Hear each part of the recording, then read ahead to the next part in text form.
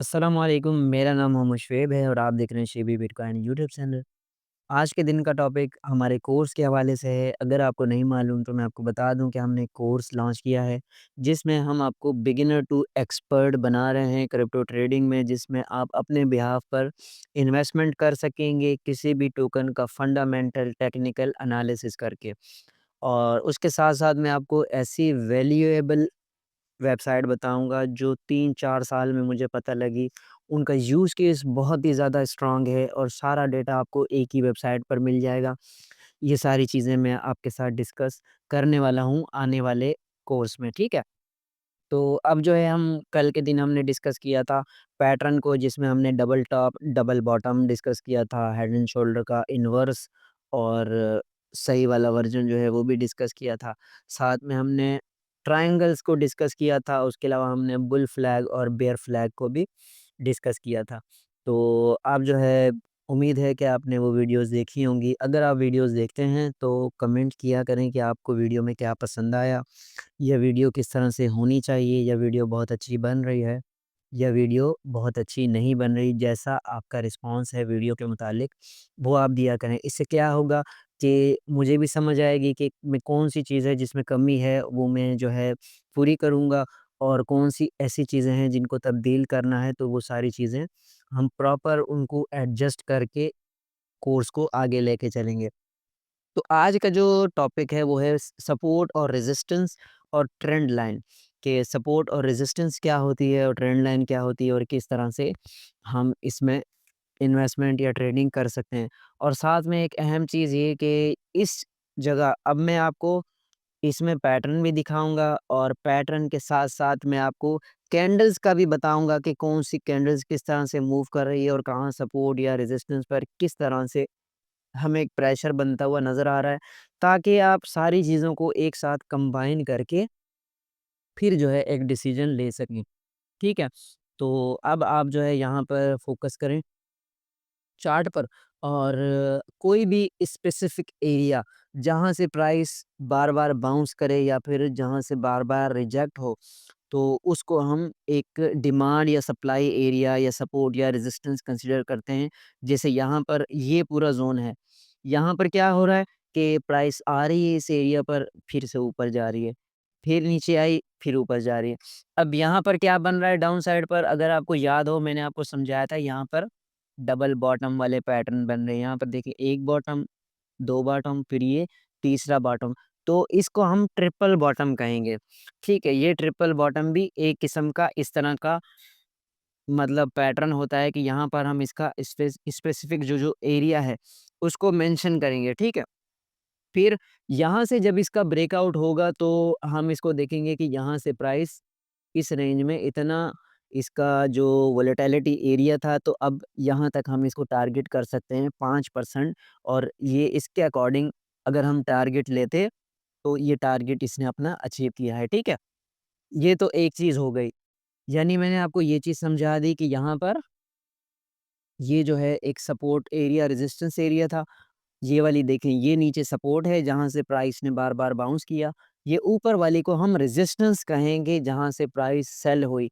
यानी यहाँ पर नंबर ऑफ ट्रेडर्स को लग रहा था कि यहाँ प्राइस सेल होगी, तो उन्होंने प्रॉफिट टेकिंग की और फिर प्राइस ने एक ड्रॉप लिया। और एक चीज़ मैं आपको बता दूँ कि दूसरी से तीसरी बार बहुत कम चांस होता है कि कोई भी रेजिस्टेंस ब्रेक हो। लेकिन तीसरी बार जो है एक बहुत ज़्यादा चांस होता है ब्रेकआउट का, और इसने ब्रेकआउट लिया है। ठीक है, अब यहाँ पर अगर हम इसको मज़ीद आगे बढ़ाएँ तो यहाँ पर देखें इस जगह से ये एरिया वर्क कर रहा है। अगर हम इस एरिया को भी इंक्लूड करें इसमें, तो यहाँ पर ये देखें ये वाला ज़ोन जो है बन रहा है एग्ज़ैक्टली सपोर्ट का, जहाँ पर विक्स टच होने के बाद कैंडल ऊपर गई है लेकिन क्लोजिंग डाउन साइड पर हुई और फिर डंप कर गई, ठीक है? फिर एक और चीज़ जो आपने याद रखनी है वो ये याद रखनी है कि ब्रेकआउट के बाद आपने फ़ौरन से एंट्री नहीं लेनी। कई बार क्या होता है कि ब्रेकआउट के बाद एक फेक आउट होता है और कैंडल जो है वो इतनी लंबी सी विक बनाकर वापस नीचे क्लोज़ हो जाती है और दोबारा से डाउन साइड पर आ जाती है प्राइस, और आप जो है मार्केट में स्ट्रक हो जाते हैं हाई प्राइस पर बाइंग करके। तो आपने करना क्या है, आपने इंतज़ार करना है इस रीटेस्ट का, जैसे ये रीटेस्ट हुआ है। ये रीटेस्ट जो है बहुत ज़रूरी है मार्केट में, और इसके लिए आपको पेशेंसली वेट करना होगा कि यहाँ पर जो है प्राइस रीटेस्ट करे, उसके बाद आप मार्केट में एंटर हों और मार्केट ऊपर की तरफ चली जाए, ठीक है? अब यहाँ पर देखें, एक तो मैंने आपको ये बॉटम बता दिए कि यहाँ पर बॉटम बन रहे हैं 3 बॉटम। फिर यहाँ पर भी देखें, ऑलमोस्ट इसी तरह के हमें बॉटम बनते हुए नज़र आ रहे हैं।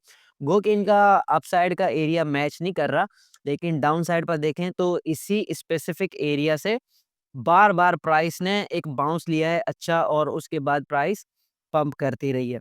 तो अब देखें, यहाँ पर ये वाला ज़ोन भी एग्ज़ैक्टली हमारे पास एज़ अ सपोर्ट काम कर रहा है। यहाँ से प्राइस ने बार-बार बाउंस लिया और उसके बाद ऊपर गई, फिर रिजेक्शन ली, फिर ऊपर गई। फिर तीसरी बार जब यहाँ से रीटेस्ट लिया और ये ब्रेक नहीं हुई, तो फिर एक कॉन्फिडेंस आ गया ट्रेडर्स में कि यहाँ से अब जो है प्राइस ऊपर जा सकती है। और एक और चीज़ अगर आपको याद हो, मैंने बताया था कि एक कैंडल आपने चेक करनी है कि कैंडल में प्रेशर क्या आ रहा है। प्राइस डाउन साइड पर आई और एक प्रेशर क्रिएट हुआ मार्केट में सेलिंग का, लेकिन बायर्स ने ऊपर की तरफ पुश कर दिया और कैंडल ऊपर जाकर ग्रीन में क्लोज हो गई, यानी कि बाइंग का प्रेशर आ रहा था मार्केट में, ठीक है? तो इस वजह से प्राइस ऊपर चली गई और प्राइस पंप कर गई, ठीक है? अब यहाँ पर हम आ जाते हैं।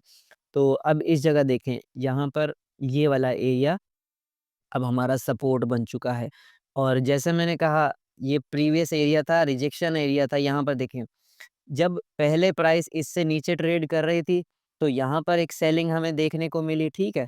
फिर यहाँ पर एक सेलिंग हमें देखने को मिली। जैसे ही प्राइस ने ब्रेकआउट किया, फिर उसके बाद एक रीटेस्ट लिया अपनी प्रीवियस सपोर्ट को, और फिर प्राइस ने ऊपर की तरफ बाउंस किया और फिर अगेन बाउंस लिया एक नीचे की तरफ। और इसमें आपको क्या नज़र आ रहा है, अगर आप यहाँ पर देखें, तो वही कैंडल वाली बात जो मैंने बताई थी कि प्राइस को पुश किया सेलर्स ने नीचे की तरफ, लेकिन बायर्स ने दोबारा से इसे ऊपर की तरफ पुश कर दिया और कैंडल नीचे से ऊपर की तरफ क्लोज हो गई। तो इससे ये चीज़ समझ में आती है, कैंडल रेड है या ग्रीन है, ये ज़्यादा मैटर नहीं करता। बस आपने ये देखना है कि कैंडल नीचे सेल प्रेशर हुआ, काफ़ी ज़्यादा क्रिएट हुआ, लेकिन बाइंग प्रेशर इतना ज़्यादा था कि उन्होंने सेलर्स को डोमिनेट कर दिया और प्राइस ऊपर क्लोज़ हो गई, और उसके बाद प्राइस ने अपना एक नया हायर हाई बनाया। और यहाँ पर देखें, ये सपोर्ट इतनी ज़्यादा स्ट्रांगली वर्क कर रही है कि बार-बार, एक बार यहाँ रीटेस्ट होके ऊपर गई, फिर रीटेस्ट होके ऊपर गई, फिर यहाँ पर जो है दोबारा से वही सिचुएशन क्रिएट हुई और प्राइस यहाँ से फिर बाउंस कर दी।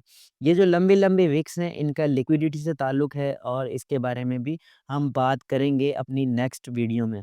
और एक और मैंने आपसे वादा किया था कि हम जो है ट्रेंड लाइन्स के बारे में बात करेंगे कि ट्रेंड लाइन लिक्विडिटी क्या होती है। तो इस बारे में भी बात करते हैं। हम पहले यहाँ पर ड्राइंग्स को रिमूव कर लेते हैं। यहाँ ड्राइंग्स हमने रिमूव कर ली, ठीक है?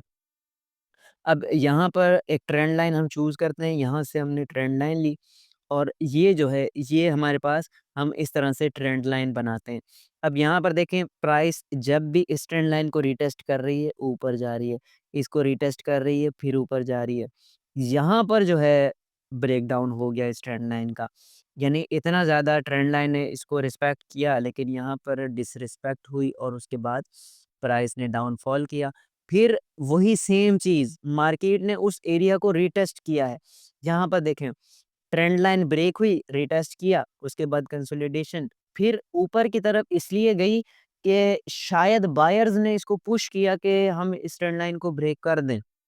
लेकिन सेलिंग प्रेशर ज़्यादा था और मार्केट में सेलर्स ने डोमिनेट किया और प्राइस को एक रीटेस्ट के बाद डाउन साइड पर ले आए।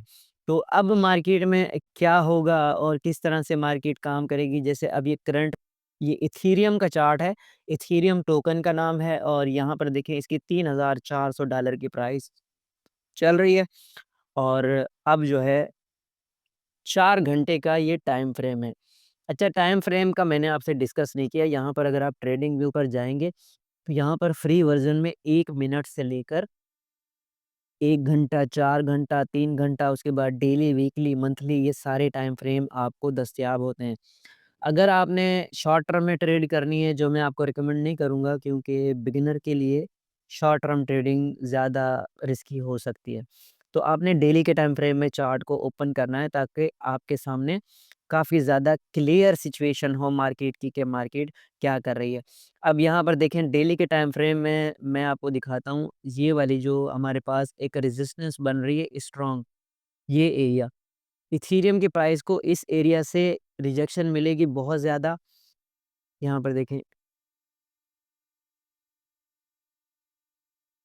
ये वाला जो एरिया है ना, इस जगह इथेरियम की प्राइस को ये देखें एक बार रिजेक्शन मिल चुकी है, उसके बाद दोबारा से प्राइस रीटेस्ट करेगी। अगर इथेरियम को इस रेजिस्टेंस से ऊपर जाना है तो इस प्राइस को अच्छी वॉल्यूम के साथ ब्रेक करना पड़ेगा। जैसे यहाँ पर जाकर ये एक रीटेस्ट लेके फिर दोबारा ऊपर जाकर अपने इस एरिया को टच कर सकता है। अदरवाइज़ अगर यहाँ से दोबारा रिजेक्ट होता है और इसमें इतनी डिमांड नहीं आती, यानी बार-बार रिजेक्ट होगा, तो फिर हमारे पास जो नेक्स्ट सपोर्ट है, वो यहाँ पर ये वाली सपोर्ट है, ठीक है? ये सपोर्ट है। तो इस तरह फिर ये अपनी इस सपोर्ट को रीटेस्ट करेगा, जिसको ऑलरेडी यहाँ पर इस कैंडल के ज़रिए रीटेस्ट करने की कोशिश कर चुका है। तो यहाँ पर ये वाला अब आपका एरिया है, यहाँ पर आपने क्लोज़ली यहाँ पर वॉच करना है कि यार इथेरियम किस तरह से मूव करेगा। तो जब तक ये रेंज है, इस रेंज में ट्रेड हो सकता है। अगर इस रेंज को ब्रेक या अपसाइड पर ब्रेक करता है तो फिर यहाँ पर हमारे पास इथेरियम के और चांसेस होंगे कि ये ऊपर या फिर नीचे जाए। तो इस एरिया में भी स्ट्रक होता है ना जब इथेरियम, तो जो ट्रेडर्स होते हैं वो यहाँ पर भी ट्रेडिंग करते हैं। ट्रेडिंग कैसे करते हैं कि यहाँ पर उन्होंने बाइंग ऑर्डर लगाया होता है कि यहाँ पर हम बाइंग ऑर्डर लगाएँगे, इससे नीचे इधर स्टॉप लॉस लगाएँगे और यहाँ पर उनका सेल ऑर्डर होता है जहाँ पर वो सेल लेते हैं। तो जब तक प्राइस इस रेंज में मूव करती रहेगी, तो वो बाय सेल करते रहेंगे। तो ये जो है वो ट्रेडर करते हैं जो एक्सपीरियंस होता है जिनका और उनको मार्केट की वोलेटिलिटी का पता होता है अच्छे से, तो वो जो है इस तरह से ट्रेड करते हैं। तो ट्रेंड लाइन की आपको समझ आ गई होगी, मज़ीद मैं 1-2 एग्ज़ाम्पल आपको दूँ। जैसे यहाँ पर ये भी एक ट्रेंड लाइन है।